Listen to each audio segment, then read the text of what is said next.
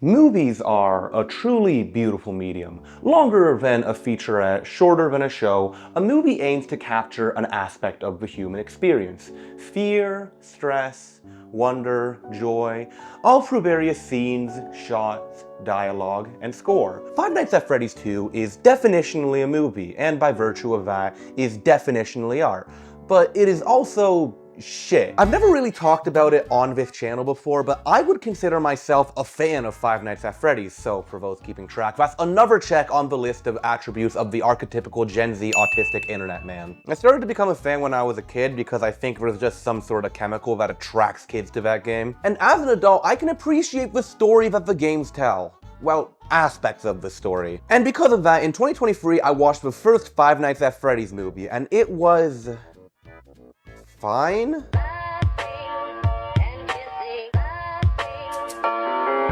I actually rewatched the FNAF movie for this video because the last time I watched it was 2 years ago the week it released. And I expected to be underwhelmed with it on rewatch because since I've watched it, the only interactions I've really had with the movie were fans glazing how good of an adaptation it was on social media. And honestly, there was a little bit of that, but this movie holds up. I don't feel the need to go into the details of the plot because you probably know it. Unless you know me personally, and if that's the case, just let your eyes glaze over for this section, or skip to this part. Yeah, this movie is not bad. It's not great, hell, it's not even good, but it's definitely not bad. This is a fine movie. I thought it succeeded at creating moments of tension and horror. Abby and Mike's relationship is pretty intriguing in this movie. Mike himself is just a good character in this movie with his savior complex. The dream sequences help to try to recreate the weird hallucinatory vibes of the first game. Whether they succeeded at recreating that or not, I'd lean closer towards not, but hey, it was something. Abby's performance was good, Golden Freddy's performance was good. Everyone in this movie is just less stupid than in the second. Like, I definitely think this movie takes itself as seriously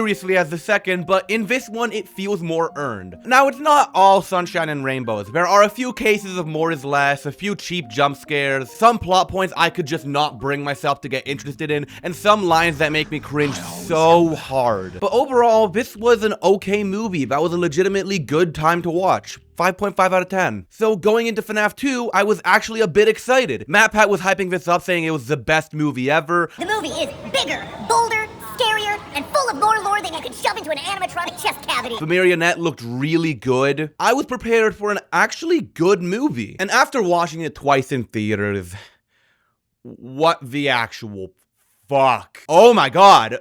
Oh my god! I'm a bit scared to make this video because I know I'm messing with the FNAF fandom, but I'm gonna stick to my guns. This movie sucks ass. I feel like I need to pace myself a bit so I don't get too mad at the movie because so let me talk about the aspects that I actually enjoy.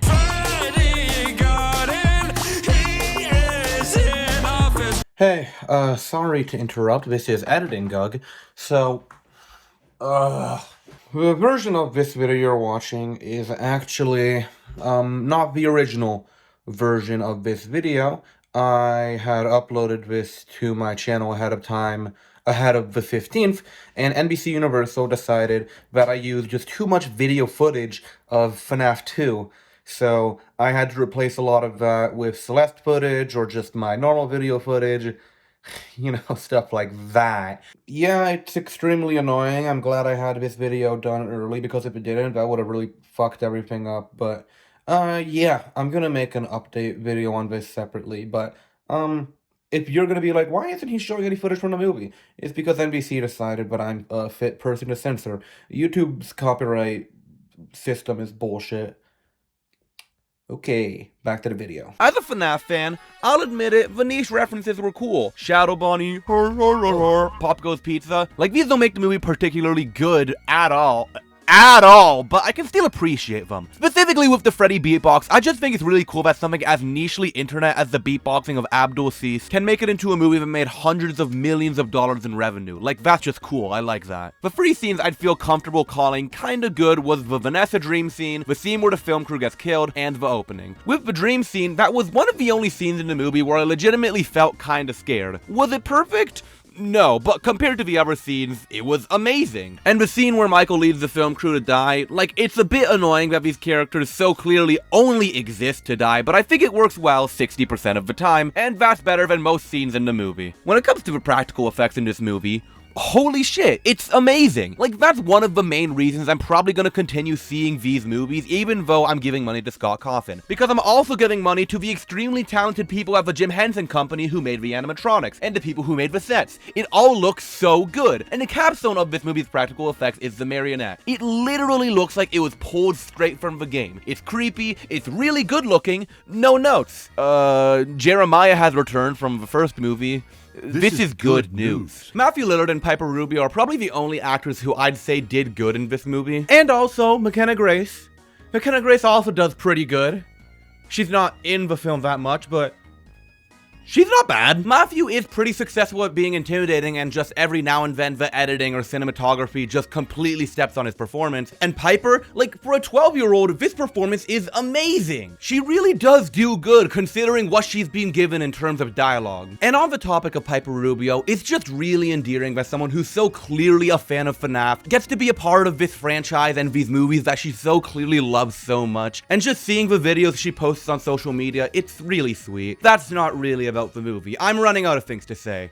Fuck it, let's get negative. Well, your aunt was the one who rekindled everyone's interest in Freddy's, but I gotta admit, I did add fuel to the fire. What do you mean? I'm gonna talk about a scene that a lot of people seem to love, the flashback at the beginning of the movie. And to not make this video too long, I'm gonna show you how long I could potentially talk about every single problem I have with this movie by picking apart everything I can with this scene. So we open on this flashback to the original Freddy Fazbear's Pizza, and we meet this girl named Charlotte. She seems to be a bit of an outcast, and while at the pizzeria, she sees William Afton take a child to the back room. Now I will say, this is a pretty scary shot because child murder is scary and bad, but I gotta ask, I haven't heard of any Fredbear's Family Diner so far. So why is there a yellow rabbit costume? Now they could reveal Fredbear's in the next movie, but the plot of this movie is Mike figuring out, oh my god, there's another Freddy Fazbear's. So their options are to do the same plot point 2 movies in a row, or just leave the yellow rabbit completely unexplained. Anyway, Charlotte sees this and tries to get help from the parents, and for reasons that will be clear later, the parents shoo her away because, oh, she's just a kid. Please, there's something wrong. Go tell your parents! Now, this takes place in 1982. Ted Bundy happened 4 years ago, unless Ted Bundy doesn't exist in this universe, or maybe in this universe Ted Bundy got away with it. Wow, Scott. Pretty fucked up of you to write that. But like, you cannot tell me that when a child is like, help, help, a boy has been taken, that these adults are just gonna be like, oh, you silly child.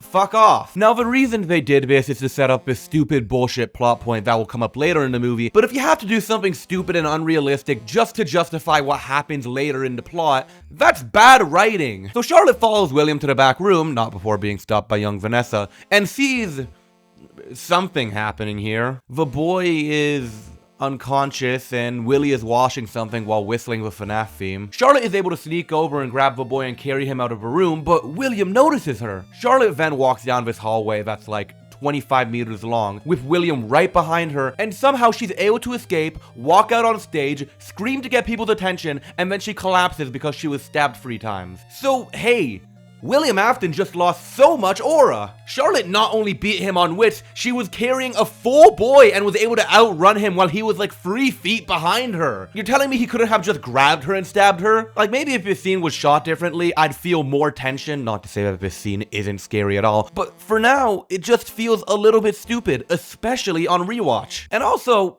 William Afton is a shit killer. From this scene alone, goddamn, this man is fucking trash. F tier. But snapping back to this moment, Charlotte walks out on stage and collapses from the 3 knife wounds in her, then falls down the trapdoor and is hoisted up by the marionette. And yeah, this shot is pretty cool, but throughout this entire time, nobody fucking cares. Like, the faces of these people are not the faces of someone who just saw a child expire in front of them. None of them makes any movement, screams, nothing. Just some gasping.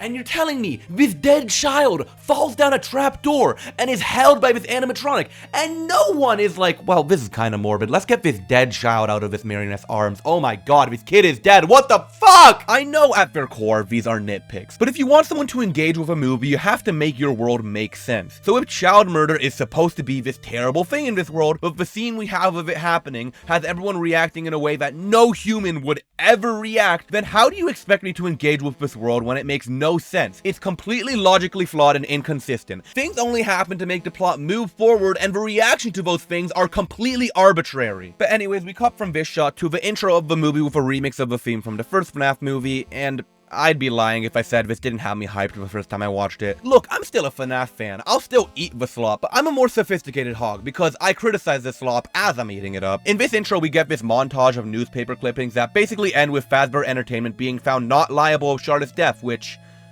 how? Charlotte ran out from a curtain and died in front of everyone. You're telling me no one went behind the curtain and found Afton? No coroner identified these knife wounds as kitchen knife wounds? The boy she was carrying couldn't ID Afton? No blood got on the yellow rabbit suit? Like later in the movie, it was implied that it wasn't even deemed a murder when she was clearly stabbed. Like one of the clippings says, child was found in restricted area, which, yeah, she was still murdered in the restricted area. Nothing changes if she was backstage within the US military. How did Fazbear win this? Now, knowing the FNAF games, I have a feeling I know how Scott would explain this. FNAF has a lot of legal humor in it. Pizzeria Simulator has the lawsuit minigame. Help Wanted has that funny intro sequence. He'd probably say it was some insane legal espionage from the Fazbear legal team. And that would be a fine explanation if they showed us that. Like, I can infer that as a FNAF fan, but if you're a newcomer to the series, considering how seriously this movie takes itself, you're pretty much forced to assume that it just miraculously got thrown out and William got away with this by pure luck. Jesus, those aura points are plummeting. And that's the first scene. Let me be clear.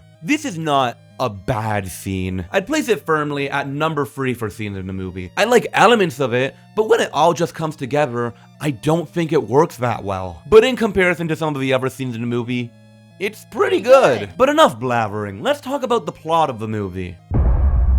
It's dumb. The movie doesn't really even start until Abby gets this thing called a Faz Talker from the first pizzeria. After the Death Fodder film crew dies, Charlotte is possessing McKenna Grace's body. We'll get there. And then Abby's Faz Talker starts saying that they're the lost children from the first pizzeria that Abby made friends with in the first movie, and leads Abby to the original Freddy Fazbear's. But it's all a front, and Charlotte is actually talking to Abby so she can escape the pizzeria and do murder and stuff. Now, stopping here real quick, I have a question.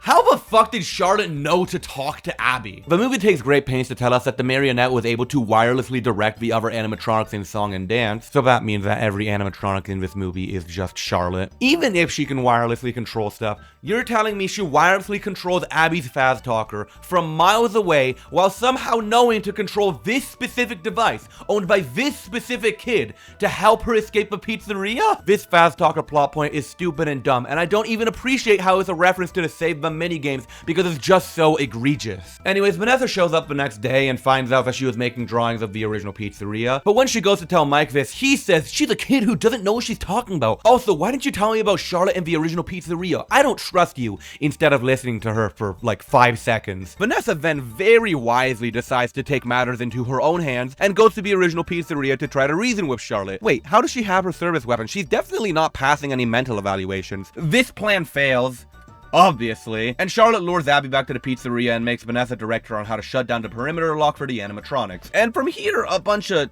shit just sort of happens. Toy Chica kills this teacher guy. Mike is talking to Henry Emily when he finds out, oh, the thing that Vanessa was warning me about actually was worth my time. Mike goes to the original pizzeria and plays FNAF 2 while Vanessa plays Secret of the Mimic. They succeed at turning the animatronics off until they find out that Charlotte is at Mike's house and is gonna possess Abby. We're so close to talking about it. Vanessa goes back there with basically no plan and is saved by Mike coming in with the music box. But then Michael Afton shows up and says some shit that I'll talk about and directs the toy animatronics to kill them, but then the original FNAF animatronics come in and take them all down, but then their spirits move on to go to heaven or something. And then Mike cuts off Vanessa because she didn't tell him about her brother Michael, and then Vanessa gets possessed by the puppet who is still in the house, and then the movie ends. Okay, first things first.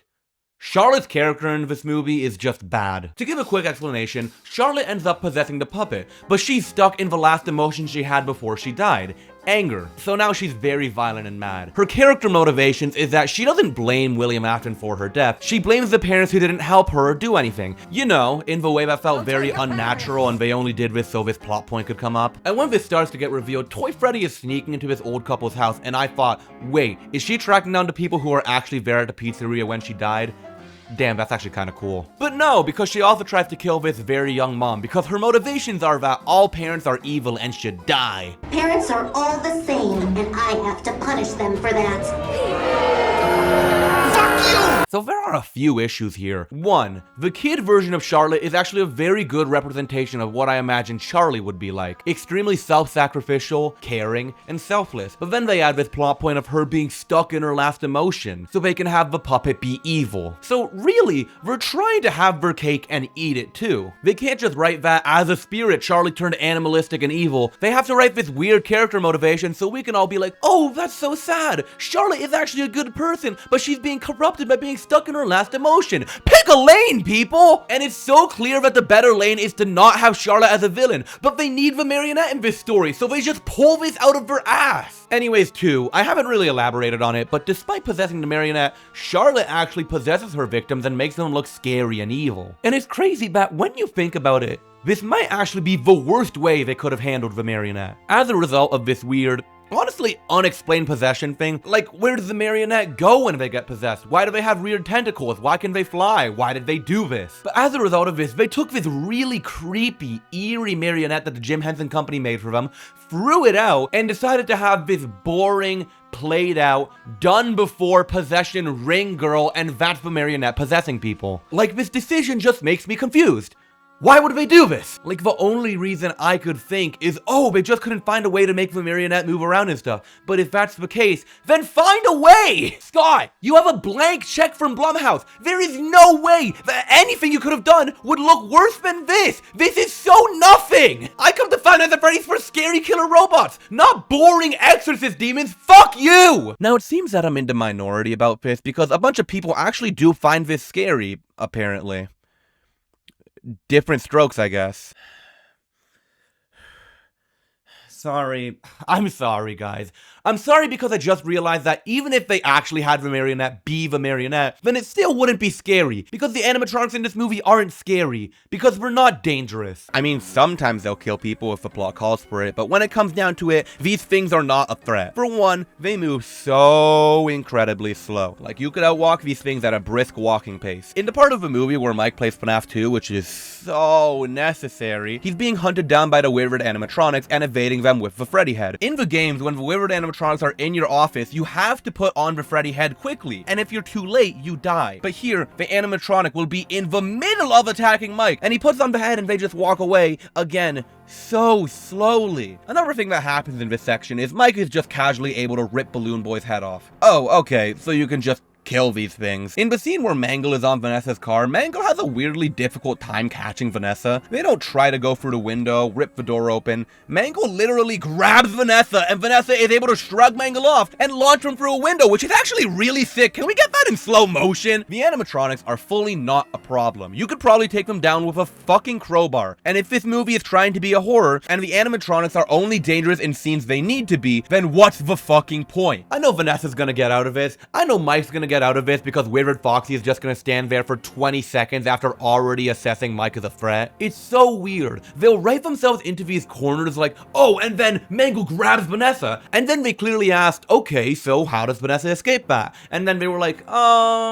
she just shoves them off, I guess. Why did you write Mangle grabbing Vanessa in the first place? And on the topic of characters in this movie, they're all just so stupid. On both sides, the protagonists are stupid, the villains are stupid, the side characters are stupid, everyone except Jeremiah. Fuck yeah, love you, Jeremiah. So cool. But it's just like, so many times in the movie, they just make the worst fucking decisions. Towards the end of the movie, Mike is talking to Vanessa from his hacking terminal, and he's like, Charlotte, she's at my house. And then Vanessa's like, I'm gonna go over. And then she shows up at the house with no weapon, no plan, just trying to talk to Charlotte. Hey, Vanessa, you already tried that! And not to put it all on Vanessa, because Mike's decision to cut off Vanessa then and there is just so dumb. Like, take away from the fact that it's a shitty thing to do, the marionette is still in the house, and you saw that it was still in the house. Let her leave at least. Drive her home. Be a gentleman. But no, you immediately have to be like, stay away from us. And wow, look what happened. Like, honestly, Mike makes a lot of shitty decisions in this movie. He doesn't realize that Abby was going back to the original pizzeria. He stops Vanessa from telling him that Abby was going back to the old pizzeria, which, let's be honest, if he let her speak, this entire movie would not have happened. For a main character, I really just don't like him because he's never making any of the right decisions, I guess except for the music box. But I guess not making right choices is just kind of what characters do in this movie. Now, I've been talking for a while, so I just want to talk about one more thing.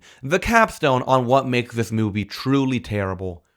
Michael Afton. Michael fucking Afton.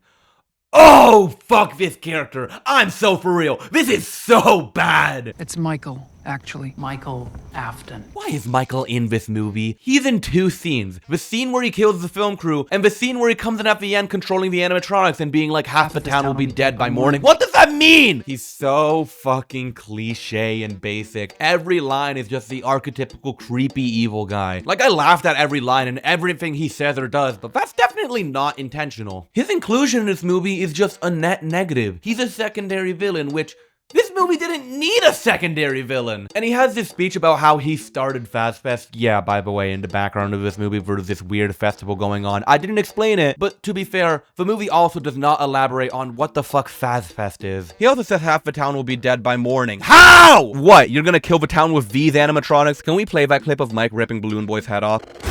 Play it again. Play it infinity more times until I can wrap my head around how these things are supposed to kill a town. And if it's not animatronics and he just has, like, bombs, that's even more stupid. And why do I have to speculate on what this plan is? Why doesn't the movie do its fucking job and explain it to me? Lord knows it loves to fucking explain! Michael's single role in this movie is so that Mike can cut off Vanessa for not telling him every single detail about her life in the end of the movie. That is the only semi-useful role he serves. Everything else is pointless. This movie is pointless. Fuck this movie. I actually hate it so much. Oh my god! Half of this town will be dead by morning. So I guess you could say there are good and bad aspects of FNAF 2. I'm expecting a few people to comment about how it's not that serious, bro, and one, fuck you, but also two, yeah, you're right. I'm honestly just disappointed because everything is here for a good movie, it just comes together so poorly. Like, Scott Cawthon is so clearly not a movie writer, and it comes off so much while watching this. I think what exemplifies this the most is the scene where the kids' souls pass on. By all accounts, this should be a sad, emotional, melancholy scene where these dead children's souls are put to rest, but it has done nothing to earn that. It's been 1 hour and 30 minutes of stupid random events happening, and then the original FNAF animatronics come back like they were fucking Avengers and try to get me misty-eyed about their souls passing on, but they just don't. That's what a lot of this movie is, just failing to make us feel unintended emotion because it's been unearned. Whether it's a horror section that's so stilted you can predict every single beat, or a twist that, let's be honest, we all saw coming. I don't understand how Blumhouse considered this a twist if this movie was apparently only for the fans. I enjoyed the experience of watching the movie, but I don't think having fun while watching a movie makes it good. My entertainment was mostly my own. I derived humor from scenes that were probably meant to be taken seriously because this movie really does feel like it takes itself seriously. And when you engage with it on the level that it wants to be looked at, as a serious story that's scary and dramatic, there's just nothing there. Like, I think a major factor of what qualifies a movie as good is the amount that it is able to be the genre that it wants to be. If we're thinking about what genres the FNAF movies should fall into, I think it goes horror, mystery, and action. And on all three fronts, it just fails. Nothing is scary in this movie because nothing is ever dangerous to characters we care about. There is no mystery because everything just gets explained at you, except for the things that you want explained. And the action, like, there's a bit of action here, but it's not good action, so it's just a failure. And I really do think that this movie wants to be serious because if they wanted to make a pastiche, they'd lean into it, but they just don't. They organically run into a wall over and over and over, and it feels like it could be a parody, but it's just incompetent writing. I just hope Scott takes the criticism he's gotten and makes big sweeping changes to how he writes the next movie, but judging by the box office success and the amount of fans rushing to tell Scott how great of a movie this is, I don't have much hope. Also, there's just a large pile of things that are just unanswered from the movie. Things that are never explained. Why does the puppet need to possess people? Is it incorporeal or what? Wait, no, it's definitely real because it was a real animatronic at one point, so what's happening here? Why does it need to possess Abby if it already had McKenna Grace? Does possession kill the host and that's why McKenna Grace is dead? Why isn't Abby dead? Why does Michael release Charlotte in the first place? How is Michael controlling the animatronics at the end? Is Michael controlling the animatronics at the end or is that Charlotte? If so, how the hell are Michael and Charlotte working together? They have completely opposite ideologies. And many, many more. And you might say, oh, that stuff will probably be answered in the next movie. But they should have answered that stuff in this movie so it could make even a little bit more sense. I don't know, man. I foolishly have a little bit of hope that FNAF 3 might be good, because Matthew Lillard seems to be immune to the shitty writing that steps on every other actor's performance, but judging by this, I'm not holding my breath. 3 out of 10.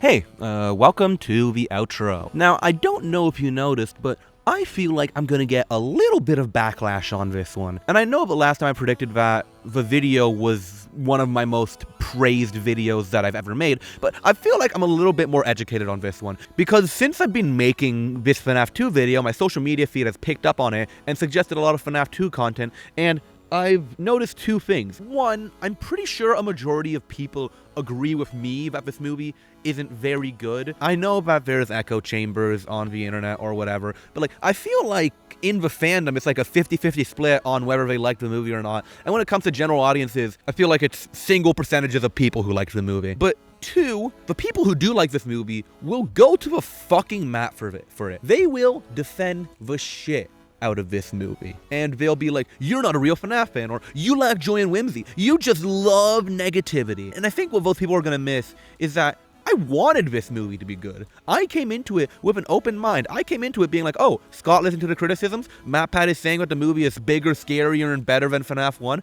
Oh, okay, great. I'm gonna have a good time watching this. And I exited the theater feeling cheated by the fucking marketing. I'm not just gonna sit there and like nod and be like, yeah, no, good job, Scott. These completely asinine, stupid choices, it's fine. You know, you're still learning. You've only been fucking making content for 15 years. No, it was very good. I actually had some additional criticisms that I left out of this video so it wouldn't be 3 hours long, but I've decided that you guys don't need to hear it. I don't need to talk about it here. You know, some things are better left forgotten. Although, if you do want to hear what the criticisms are, leave a comment asking me for a criticism, and I'll give you one criticism, and I'll keep on doing that until I run out. I wanted this movie to be good. I want FNAF 3 to be good. I want these movies to be good because obviously I'd rather watch a good movie than a bad movie. I just desperately think Scott either needs a co-writer, and if that's out of the question, take him off the movie. I would rather that Scott was not writing the movie than him to be the sole writer for FNAF 3. I'm so fucking serious. Shit needs to change for the production of FNAF 3, and I just don't think it will. Until they see a big box office hit, they're not going to change shit about these movies. And by the time they get a box office hit, it's probably going to be too late. But I'm still a bit hopeful. But anyways, yeah. I'm not thinking about FNAF movie anymore. Like and subscribe if you enjoyed. Follow my Instagram. I post on there very infrequently. And yeah, stay tuned next month for another great video. Ciao.